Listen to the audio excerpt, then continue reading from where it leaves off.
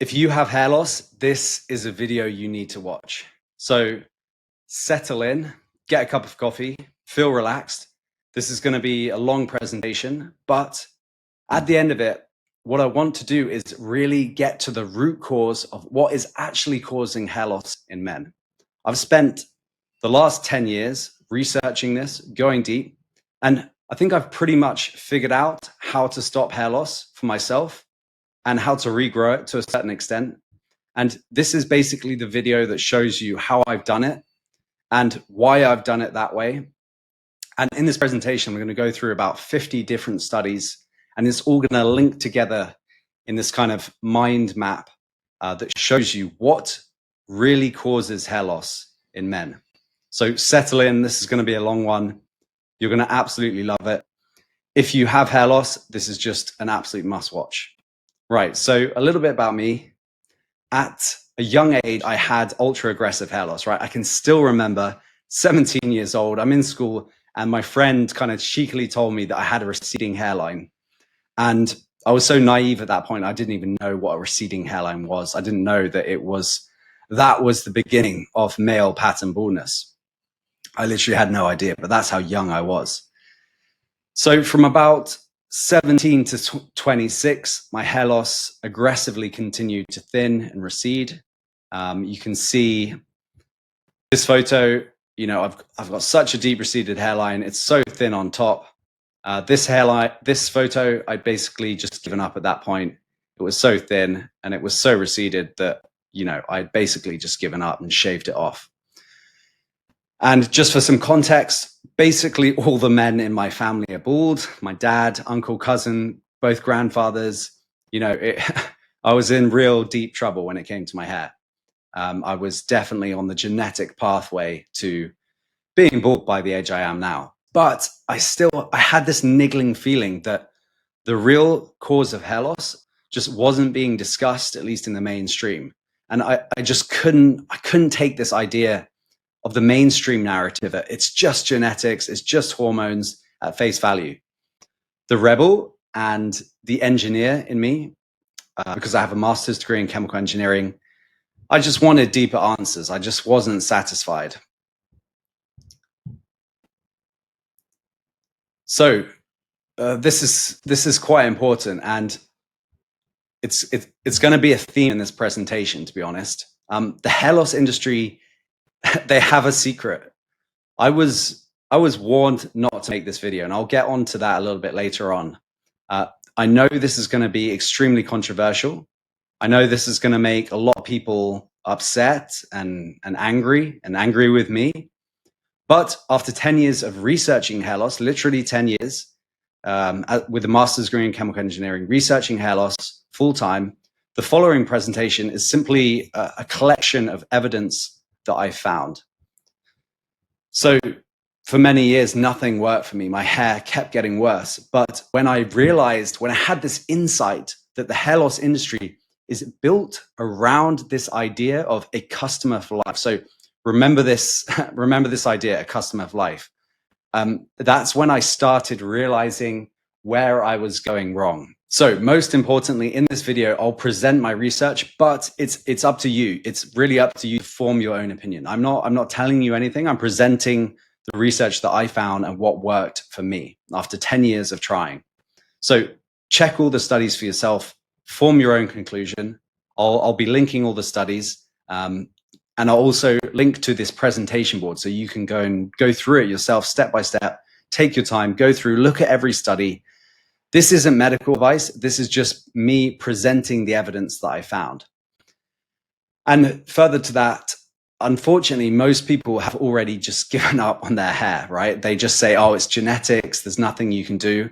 And honestly, if that's you, if you think that is you, then just please go ahead and close this video, because this presentation isn't for you, right? Okay, so let's get into the meat of this presentation. What really causes hair loss in men? So first up, a bit of context. The hair follicle is a mini organ. It's an organ. And as such, it needs oxygen and it needs nutrients and it needs these minerals to survive, right? So think about the hair follicle in the context of being an organ, because this is going to be super important going forward. So as you can see, blood flow arrives to the hair follicle bulb, this area here, the dermal papilla, it's also called, via a network of blood vessels. So keep in mind this structure. This really is an organ. It's got the erector pili muscle, it's got the sebaceous gland, and this is a delicate, complex organ.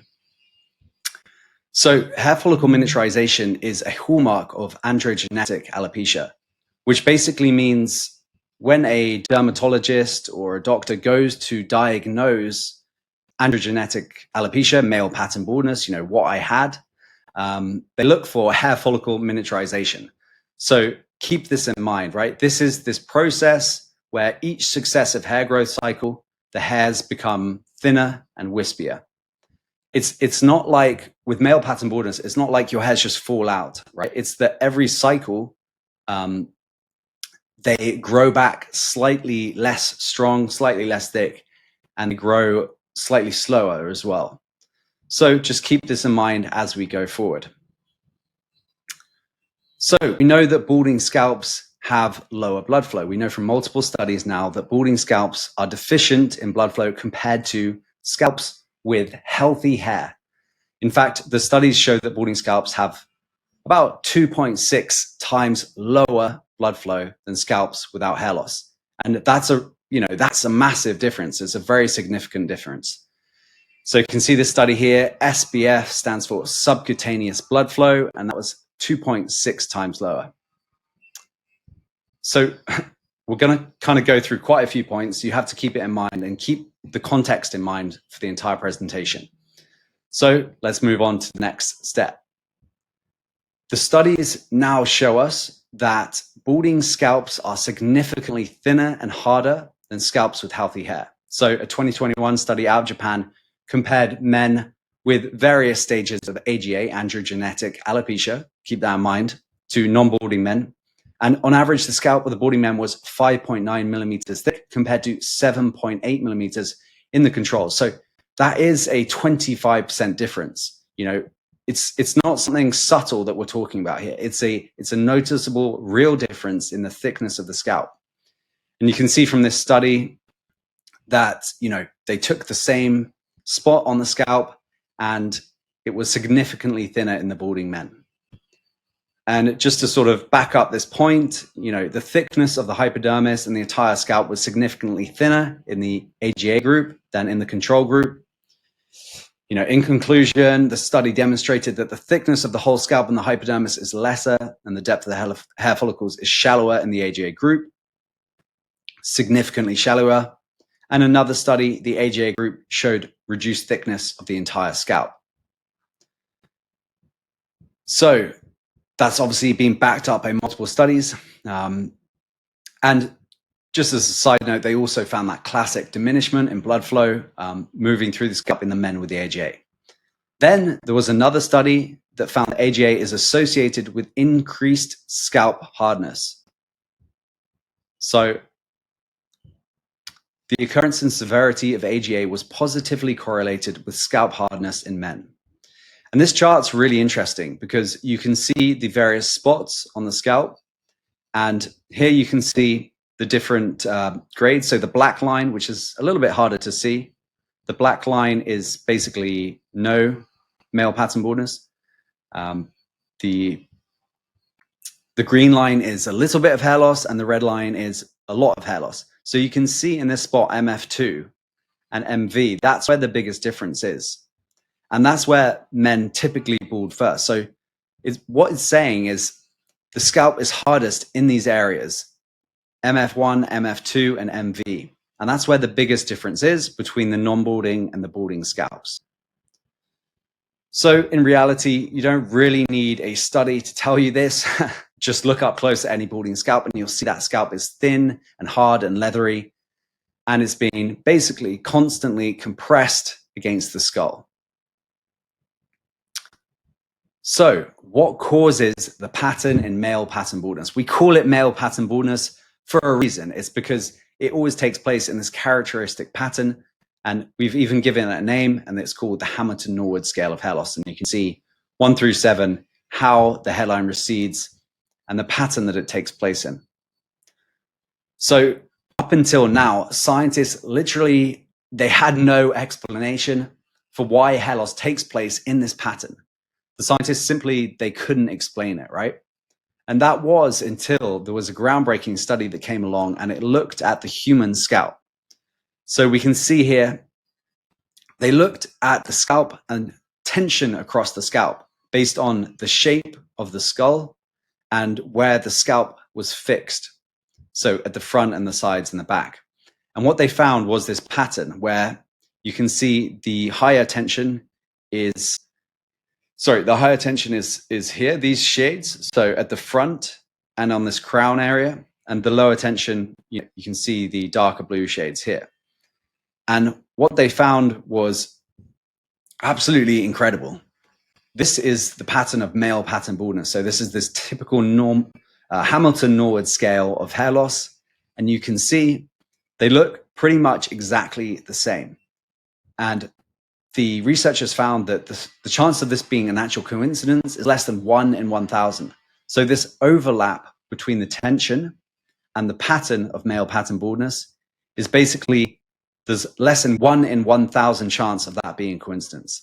What they concluded was the elastic deformation of the scalp and AGA patterning clearly identifies mechanical stress as an active factor in AGA. So essentially, the tension on the scalp is an active factor in your propensity to lose hair in that area. This area at the front is high tension. This area in the front loses hair first. Same with the crown. High tension loses hair first. So let's go on to the next step, because this is going to explain everything a little bit more. Tension, as you can imagine, compresses the dermal layer, right? Imagine the scalp tissue being pulled constantly tight over and against the skull.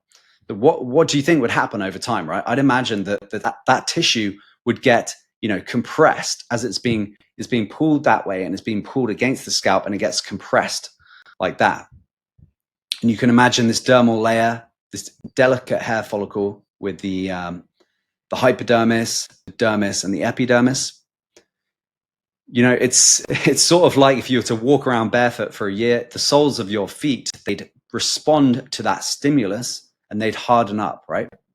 And this compression and this hardening is exactly what we see, like we just talked about in the last box, right? The scalp is harder and it's thinner than scalp with hair.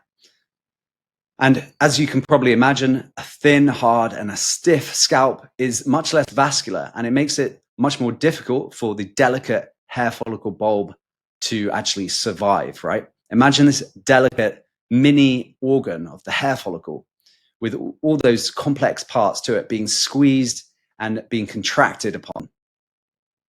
So we don't know exactly what causes this tension in the first place and why it happens, but clearly genetics is part of the story. And there's also clearly some lifestyle and environmental factors going into it. So as you can see here, the part of the scalp that balds first, that's clearly the part that's being compressed, right? But on the sides and the back, where the scalp is more vertical, the dermal layer is not compressed. It is getting pulled and stretched, but it's not compressed against the skull. So the hair remains thick and healthy.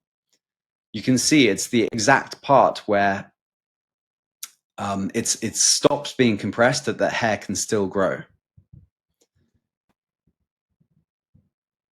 Right, so keep that in mind. We're moving on to the next box. So guys, what about DHT? Most people know that DHT is clearly involved in male hair loss, right? Almost everyone knows about finasteride. It blocks DHT, and that can stop hair loss very, very effectively in men. But it's never really been clearly explained how that happens, To me, it's not a satisfactory explanation to say the hair follicle bulb is sensitive to DHT. The hair follicle is just sensitive to DHT, and that's why it falls out. If that were true, blocking all the DHT which is basically what happens with finasteride and dutasteride. You block about 70 to 90% of the DHT with finasteride and dutasteride. Well, blocking it all would regrow all the hair on your head, but we know that it doesn't. In most cases, blocking DHT with finasteride, it stops the hair loss, but it regrows only a small amount of hair, right? It completely stops it, but it doesn't regrow that much.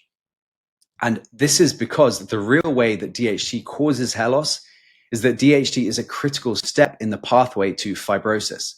So remember this word here, because this is super important going forward with this presentation, fibrosis. Women don't have high levels of DHT, so they don't get the same fibrosis as men. So let's look at how DHT in the body leads to fibrosis. So DHT and fibrosis. When muscles around the edge of your scalp pull on the scalp, they create that tension and then they create that scalp compression, right? But your body sees this chronic compression as a form of inflammation. It's kind of like an irritation that it wants to fix. It's like an itch that needs to be scratched. It's something that needs to be, it can't be ongoing because it's a form of inflammation. Your body wants to get in there and stop it. So to fight this perceived inflammation, your body sends DHT to that area of the scalp. DHT is actually an anti-inflammatory. And in the scalp, DHT signals the tissues to release a protein called transforming growth factor beta 1. And transforming growth factor beta 1 is known for its role in producing fibrosis. This protein tries to protect the scalp by creating fibrosis, which is basically scar tissue made of collagen. It's an overproduction of disorganized collagen rather than these organized dermal layers where the hair bulb sits. So you can imagine that hair follicle mini organ, it sits within the layers of the scalp, the hypodermis, the dermis, and the epidermis. And when you get fibrosis, those layers become less distinct. And the sort of scar tissue that gets put down between those layers. The scar tissue is the body's way of quickly patching up wounds. It's tough. It kind of acts like this glue to resist the tension and the compression, but the fibrosis lacks the layered structure of normal scalp skin, which is crucial to the functioning of the hair follicle organ, right? From the body's view, it's a win, right? Because the tough scars resist the pulling and that stops the inflammation. But it causes this side effect, right? The fibrosis squeezes the hair follicle structure, leaving less room for the hair to grow, and it blocks the blood vessels from delivering nutrients and oxygen. So in short, DHT it's not actually attacking the hair follicle itself. It's responding to scalp tension and inflammation. And the result is the creation of fibrosis, which you can imagine like a kind of scar tissue, which makes the hair follicles miniaturize with each successive cycle. So we know this from the studies, or the studies back up this idea. Follicular microinflammation plays an integral role in the pathogenesis of androgenetic alopecia. So over time, thickening of perifollicular sheath takes place due to increased deposition of collagen, resulting in marked perifollicular fibrosis, and sometimes ends in the complete destruction of the affected hair follicles. So you can imagine this fibrosis basically strangling the hair follicle. And that's why after each successive hair growth cycle, the hair follicles become thinner and wispier and they grow less quickly, because it's like they're being strangled both in terms of the blood supply and the growth space that the hair follicle has. And we have this quick animation that you can see. So the glare sits over the scalp, it's being pulled tight, and the dermal layers are attached intimately to the glare. So the hair follicle bulbs, they're getting stretched, and as a result, the dermal layer gets compressed. That leads to the scalp hardening and thinning that we see in balding scalps. And that inflammation leads to the creation of fibrosis via this DHT and transforming growth factor beta 1 pathway. That fibrosis sets in around the hair follicles, and that leads them to miniaturize over each successive cycle. Okay, so hopefully this is all making sense so far. We've got the hair follicle bulb, then we have the lower blood flow, then we have the scalps that are thinner and harder. And that's what causes this pattern compression of the dermal layer, and that's how DHT plays into it. So what about genetics, right? Where do genetics come into this story? They're certainly involved in male pattern baldness, but it's not how most people think, right? Most people think, the hair follicle is genetically sensitive to DHT, but that just isn't true. It's more about a genetic predisposition. And those genetics come into the equation in terms of creating fibrosis, the scalp muscles, the shape of the skull, and more.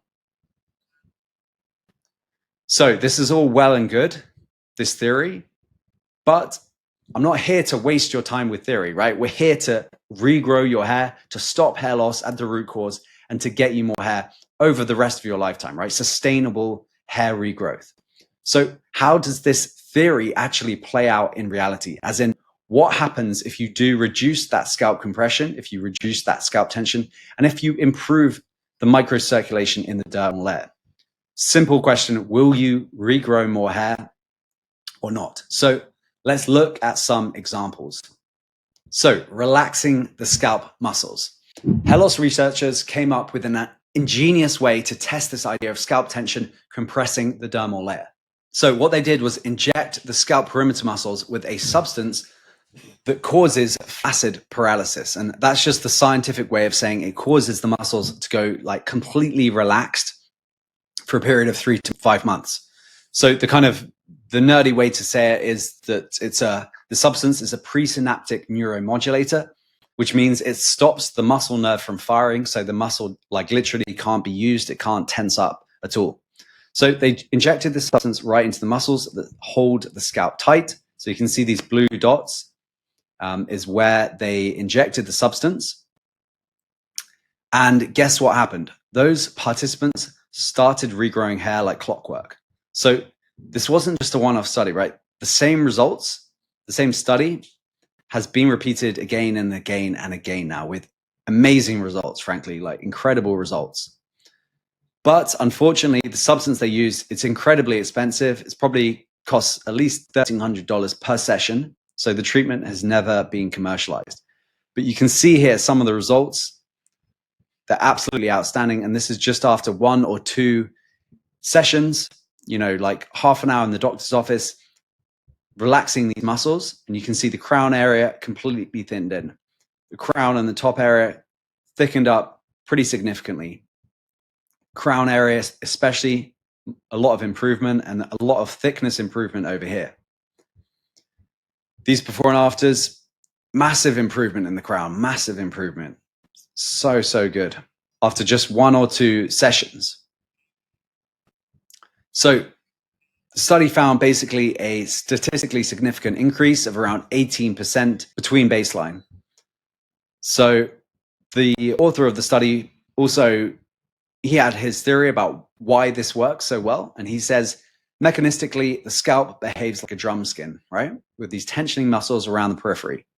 These muscle groups, the frontalis, occipitalis, and can't really say that word, periauricular muscles, create a tight scalp when chronically active, right? So you can read this yourself. You can pause the video if you want and read it. So it loosens the scalp, reducing pressure on the perforating vasculature, thereby increasing blood flow and oxygen concentration. Blood flow may therefore be a primary determinant in follicular health. So what happens? They basically cause flaccid paralysis of these muscles. The scalp tension gets reduced, and the scalp compression also gets reduced as a result of that. And it also allows more blood to flow into the top of the scalp. And the result is really impressive improvement in hair growth. Okay, so keep that in mind. Let's move forward with the next section. So what about Minoxidil? Minoxidil was first invented as a blood pressure medication. So it widens the blood vessels, allowing more blood to flow and thus reduces pressure. So when applied topically, we know that Minoxidil increases blood flow by 200% above baseline. So that's a 3x, and for about an hour after application. So in other words, it dilates the blood vessels, allowing more blood to flow through them. And the result is an increase in blood supply to the scalp and eventually hair regrowth. So the problem with Minoxidil is the effect is very temporary, right? And of course, it's not really fixing the root cause. You're just temporarily improving the blood flow in the dermis and epidermis, just temporarily allowing a bit more blood flow into the upper part of the dermal layer. But that's how and why it works. So keep that in mind. Let's move on to the next section. So PRP, platelet-rich plasma. Right, it's a procedure where the patient's blood is taken and the plasma part of the blood is enriched via centrifuge. So that enriched plasma is then injected back into the patient's scalp. So PRP is actually very, very, very effective. In a recent meta-analysis, it showed that an average increase of 27 new hairs per centimeter squared. So imagine a centimeter squared, it's quite a small area, and PRP is creating 27 new hairs. But the issue again is it's very expensive. Making it a complete starter for most people, you're going to be paying like $800 per session, and you need a few sessions in a row over about 6 months to make it really work. But again, it shows this undeniable point. More blood grows more hair. You're literally taking your own blood and injecting it into the scalp, and that's causing more hair to grow. So I don't know, in my mind, like, could that be any more obvious? You're taking the growth factors and the sort of important part of the blood, injecting it in, and boom, massive difference. Massive difference. Massive difference. So PRP works, essentially. It works incredibly well.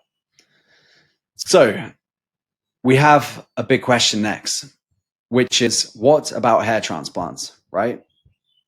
If all this makes sense about the scalp compression, the scalp tension, how do hair transplants still work? Well, the hair transplant industry has made us believe that transplanted hairs are immune to DHT. But the actual truth is, unless that patient takes finasteride, those transplanted hairs will start thinning after 5 years or so. And that's all whilst the hairs on the back and the sides of the head remain perfectly healthy. And we now have a study on this exact topic, right? After 4 years, only 9% of people had retained the same density and everyone else had lost density. So basically, the hair transplant industry is built on this lie that transplanted follicles are immune to DHT. And I'll show you exactly why and how this lie exists in just a minute.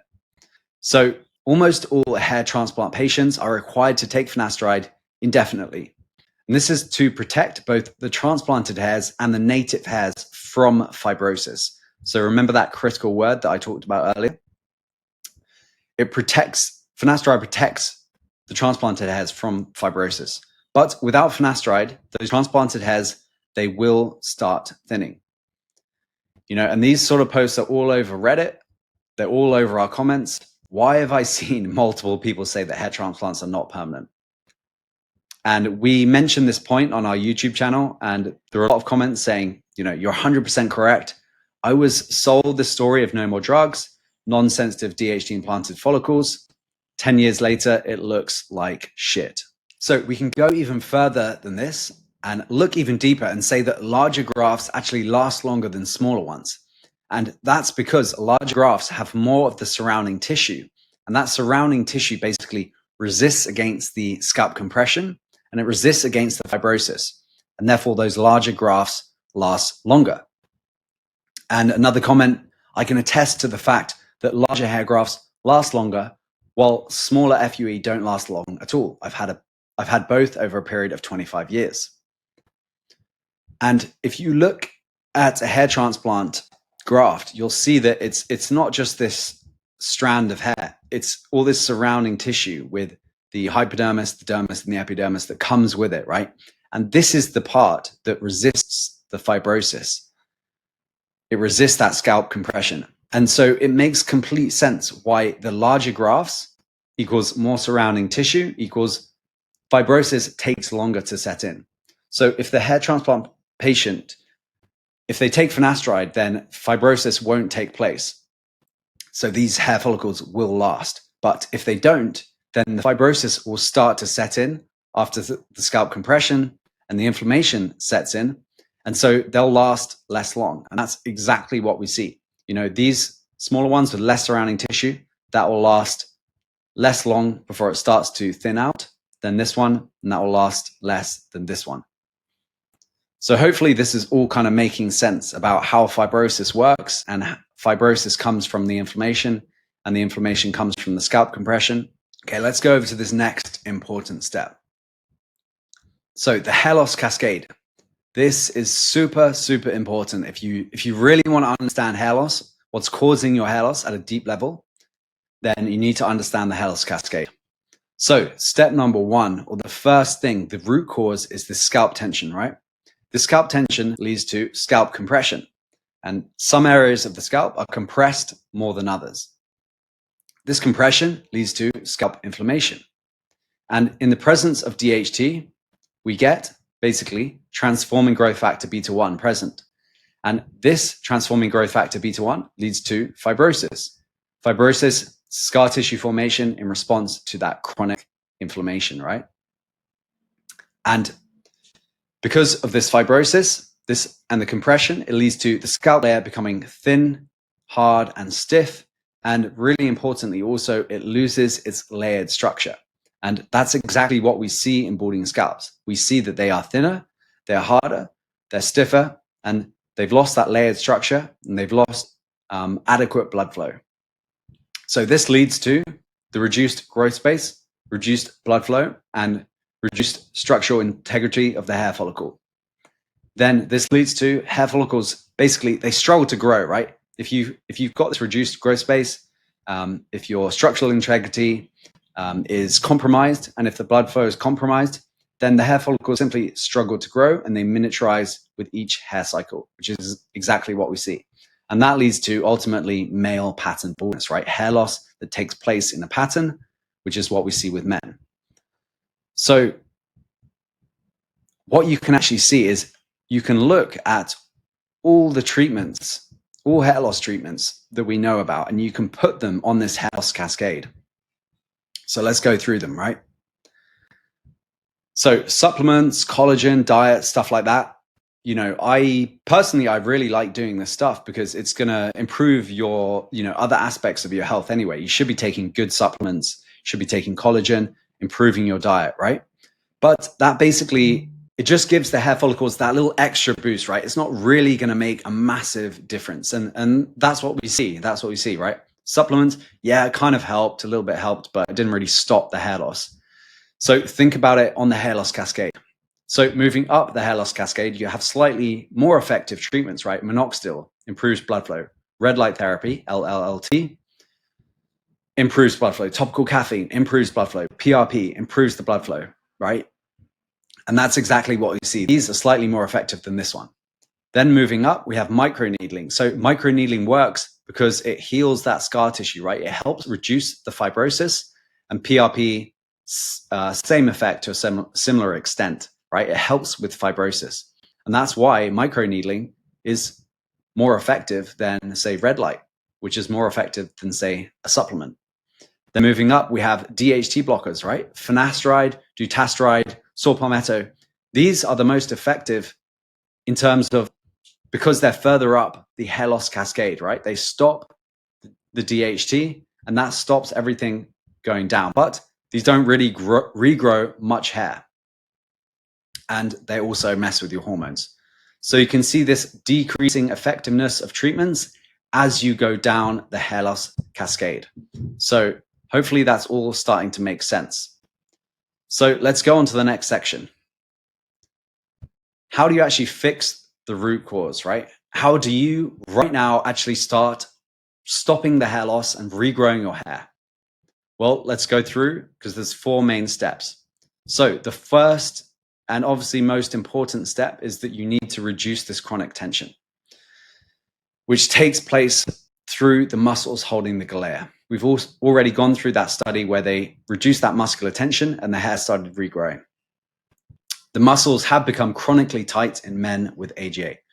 Although we don't know exactly why the muscles become chronically tight, it's obviously related to genetics and somewhat to diet and lifestyle. So your first line of defense against hair loss should be to reduce the chronic tension in the scalp so it isn't being compressed so aggressively, and so that doesn't cause the whole rest of that hair loss cascade, right? It takes time, But as the tightness reduces, the entire hair loss cascade improves with it. So you can see here the three main muscle groups at the front, at the side, and at the back. Those are the ones you want to be targeting. Okay, so moving on to step 2. And this is all about fibrosis, right? If you have visible hair loss from male pattern baldness, you will have fibrosis. So imagine like scar tissue-like formations throughout the scalp that are the result of this chronic tension and this chronic inflammation. So you need to first stop the chronic tension and then proactively go about reversing some of that fibrosis. And this process also takes time. Like you're literally remodeling the scalp tissue, right? It's similar to getting rid of scar tissue. It's a lengthy process and you need to kind of stop what's causing it in the first place. But it's necessary if you want to make long-term sustainable progress and if you want to actually reverse some of that hair loss. And this is honestly why hair loss is so difficult to reverse. It's because this fibrosis has set in and it takes a long time and a lot of effort to reverse it, but it is possible. Okay, so step 3 is block DHT. Remember that hair loss cascade? We have DHT in it. We know that DHT plays a critical role in the creation of fibrosis. So since we're trying to get rid of that fibrosis, blocking the DHT will help with this because it's kind of like a train that's moving and you kind of need to stop. You need to take away the power behind that train and then you need to try and reverse it. So blocking DHT will help you stop and reverse that fibrosis. It's not 100% essential if you have mild hair loss. Like if you're in your 30s and you just have a mild receding hairline, you probably, you may not need to block DHT as well if you get these first 2 steps right. But if you have aggressive hair loss, blocking DHT is going to be a big help. Like if you are like me, when you started, seeing the first signs of male pattern baldness at like 17 years old, then blocking DHT is going to be a massive, massive help. So our goal is to reduce the tension so that you eventually do not need to block DHT, but blocking DHT at the start will be a big help in the meantime. So step 4, improve the blood flow, right? This is the last step, and this is more about reactivating the dormant hair follicles. It's about speeding up that recovery since we already fixed the real root cause. This is where those traditional options can be used based on your personal preferences, right? Things like Minoxidil, PRP, and red light therapy, topical caffeine, they all work because they help stimulate blood flow on the surface of the scalp, but they don't fix the root cause, but they do reactivate the hair follicle growth. And also more blood flow, it basically helps with point 2 as well, right? Reversing fibrosis, because you need that improved blood supply to help re-heal these tissues. Okay, so let's go on to the next step. This is super, super important. And this is going to help everything else make a lot of sense. So the hair loss industry does not want this information out. Like just being bluntly honest, the hair loss industry doesn't want this information out. If you spend any time looking into the medical industry, you'll know that the real bucks, the real money is made through prescriptions and subscriptions, right? This idea I talked about at the start of the presentation, a customer for life, is where the real money is made. The hair loss industry wants to be billing you every single month, to be honest. Like really, really try and understand this reality. The hair loss industry has zero intention to fix the root cause of your hair loss because it would simply just kill their business models dead, right? They want to bill your credit card every single month up until you just finally say enough is enough. And if you want to get into the business side of it, these hair loss companies are valued on their MRR, so monthly recurring revenue. Their goal, simply put, is to have millions of men plugged into their monthly payment plan with no way to escape. And that's how they become worth billions of dollars, right?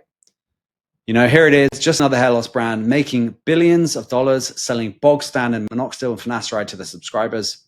Subscribers, 2.2 million. And that's why it's worth billions of dollars, this hair loss company. This is where they want you. And this is where they wanted me. And this is this is why I was being led in the wrong direction about what actually causes hair loss, because all these companies, they're pushing their monthly subscriptions, their prescriptions, they're pushing on you, and none of them actually fix the root cause.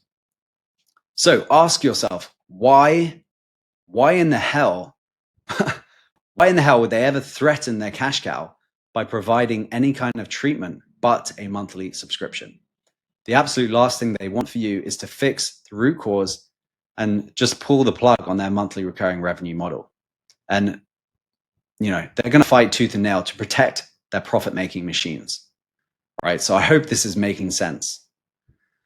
So not to get too dark, but this is the most in-depth video that I've made on this topic. And honestly, I was really hesitant and slightly worried and wondering if I should actually release it, right? I've been personally threatened in the past when I talked about this topic before, because it simply exposes an entire industry built around profit and MRR.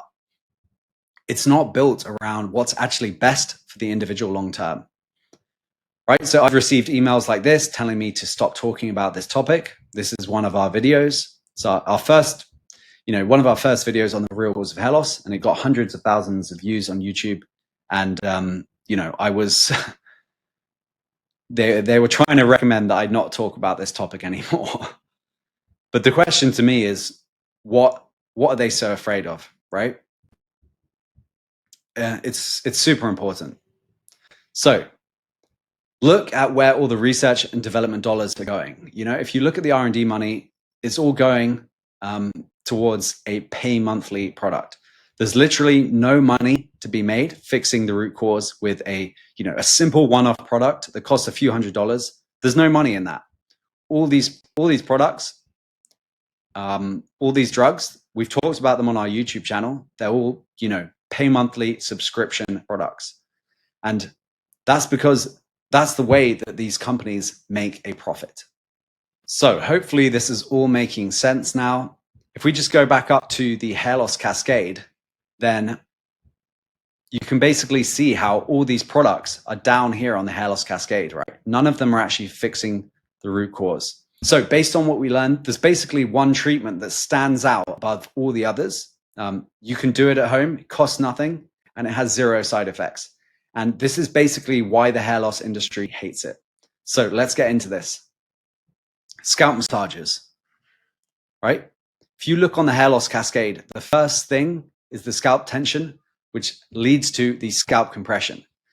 So when done right, standardized scalp massages help reduce this muscular tension around the scalp perimeter. They help break down the fibrosis, that's step 2, and they restore overall better microcirculation into the scalp layers. And that was step 4 on getting to the root cause. But of course, the hair loss industry doesn't want you doing them because it's completely free and it fixes the root cause. So there've been quite a few studies on scalp massages. There haven't been the ones that we really, really want to see because, keep in mind that a study is incredibly expensive. It probably costs like $1 million or more.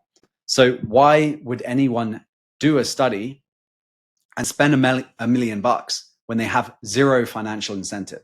So if you're waiting for like a really large scale, perfect study on scalp massages, like honestly, just forget it because no one's going to pay for that. They have literally no financial incentive. Luckily, there have been a few studies. So there was one out of 2019 where 70% of participants who tried the manual scalp massages reported positive results after about 6 months. Then there have been other scalp massage studies. One study showed that the hair thickness increased by about 10% after 24 weeks. And that was only from 4 minutes of massage per day. So the mechanical forces on the scalp, they're reactivating the hair follicles through improved circulation, stimulating growth factors, and breaking down that fibrosis. Right? So they used a basic massage tool. They only used it for 4 minutes per day, and the hair thickness was shown to increase. So we know that these scalp massages do work, but there is basically one major flaw with scalp massages, and that is that they take a long time. You're literally aiming to remodel the scalp tissue to reduce that muscular tension on the scalp. And like, as you can imagine, changing the structure of the tissue in the body, it just simply doesn't happen overnight, right? Male pattern baldness takes place over a long period of time. You can't just expect to reverse those tissue changes overnight. You know, it takes time to physically change the scalp. Just like someone starting out in the gym or at a yoga class, they can't expect to grow new muscles or become flexible overnight. You can't expect to remodel the scalp tissues and relax those scalp muscles very quickly. It does take time. But, and this is really important, there's one incredibly positive thing about this. Those changes that you make to your scalp, they tend to last. They tend to accumulate.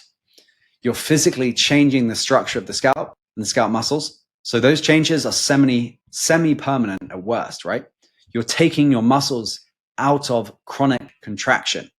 So at best, you could be making improvements to your scalp that last many years or even potentially decades. And this is exactly what one of the studies found. Simply found the longer you do it, the more effective it is. So simply put, most people give up, and scalp massages do work, but most people simply don't do them correctly or consistently enough to start seeing a difference. And let's just be honest here, like, manual scalp massages are incredibly tiring, they're boring, and they're tedious. You know, you're going like this for 10 minutes per day. And considering that the study showed that we need to be doing them for about 36 hours to start seeing a difference, you know, that's 10 minutes per day for 7 months in a row. And this is where most people fail and then complain that massage doesn't work. They simply haven't accumulated enough hours. And when it comes to massage, it's the more the better, because the changes to the muscles and the scalp tissue, that accumulates over time. You know, think about the muscles holding the scalp tight. Think about that fibrosis. It takes a long time to reverse it. So up until now, most people simply they couldn't do it consistently enough, right? I've personally found this. I think I'm quite a self-disciplined person, but I couldn't do scalp massages, manual scalp massages with my own hands. So what is the option, right? A team of researchers and engineers from the University of Bristol and from the University of Birmingham in the UK, knowing all the things that we just talked about, all that deep research, everything about the hair loss cascade, they set about creating a new way to reverse hair loss by getting to the root cause. This is the most important point, the root cause, the scalp compression, and the fibrosis. So massages do work, but they're also just too boring, too tedious, too much work, leading basically people just to quit before they reach 36 hours. So after 3 years of development, the team created a revolutionary new device for men with hair loss. So this is a game changer because it doesn't require drugs. It doesn't require a messy topical. It doesn't interfere with your hormones. It doesn't mess with your hormones. And most importantly, it's not a band-aid solution. It fixes the root cause. And it doesn't require a monthly prescription or subscription. So the hair loss industry basically hates this device because they realize that it exposes a glaring issue with their MRR business models. It's a huge issue, and it's basically just they can continue to charge people monthly for the rest of their lives because their products will simply never, ever fix the root cause. They're just not high enough up on the hair loss cascade. So it's obvious to me why the hair loss industry hates this device, because they make their profits by selling band-aid solutions that cannot and will not fix the root cause. And you can see some of the results that people are getting with the device. You know, crown just completely filled in, hairline and crown filled in, crown and top of the scalp filled in, hairline filled in, crown filled in. These are all results that people are getting. Massive improvement here. So how does it work? The device works through 3 main mechanisms. Firstly, it reduces that muscular tension around the perimeter of the scalp. By gently pushing upwards and lifting upwards, it helps relax those muscles out of the chronic contraction. It's designed to fit perfectly on the right part of the scalp specifically, so that this rising and falling motion focuses on the perimeter muscles. Secondly, it reverses fibrosis by pushing upwards, pushes the top of the scalp together. This causes that squeezing and pinching motion that signals to the body that repair is needed to the top of the scalp. It helps break down that fibrosis, and the body reheals it without that such constrictive fibrotic collagen.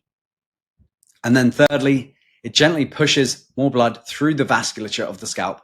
It's just that tiny bit of extra pressure throughout the dermal layer that helps reignite those dormant hair follicles back into growth and growing phase.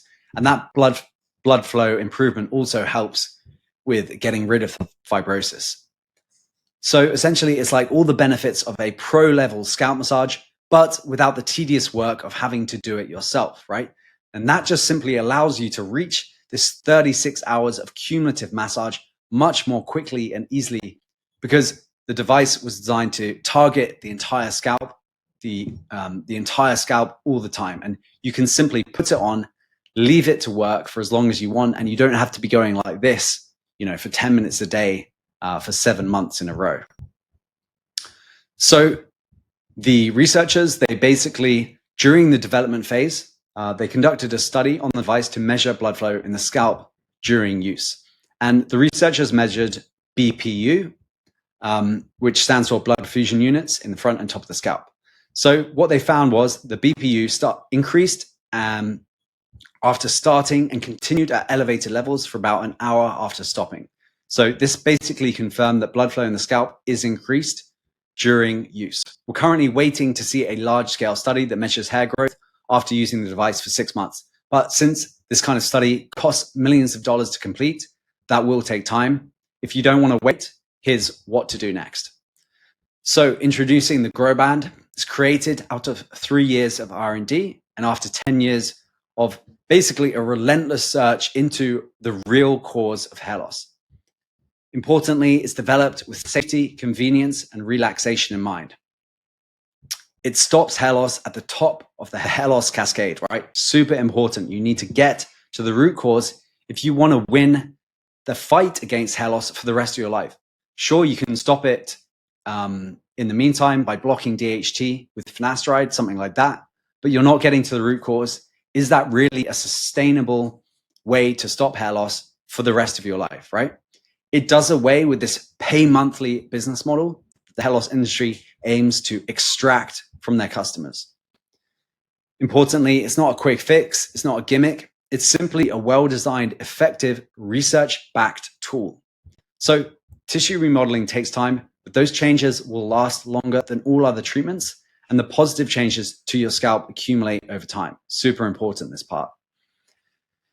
It's also, the Growband is battery powered and it's programmable, so you can choose the settings you like, and then you can just sit back and relax while it does all the hard work. So you can see here, it pushes upwards on the sides, reducing that tension through the 3 main muscle groups on the front, on the back, and on the sides. Then at the top of the scalp, you can see this creasing and this pinching. This is what helps reduce the fibrosis. And if you try to do this with a manual massage, you'd have to do very targeted small areas. But with this device, with the Growband, you can do basically all the top of the scalp, and especially the crown. This is why people are seeing such good results on the crown area. And these are the settings that you choose, so you can inflate and deflate for as long as you want. So you can see the lifting process here. It's lifting and then it's squeezing at the top. And it's also improving the blood flow into the top of the scalp. So using the Growband, it doesn't mean giving up on all other hair loss treatments, right? It's not either or, but it means fixing the root cause, and it means winning the fight against hair loss in the long term. So basically just use the hair loss cascade chart to assess the long-term effectiveness of the different hair loss treatments that you want to use. That way you can avoid these band-aid solutions that are just going to require a monthly payment subscription for the rest of your life. If you want to keep your hair, you're going to have to be paying for the rest of your life. There's literally no other way unless you fix the root cause.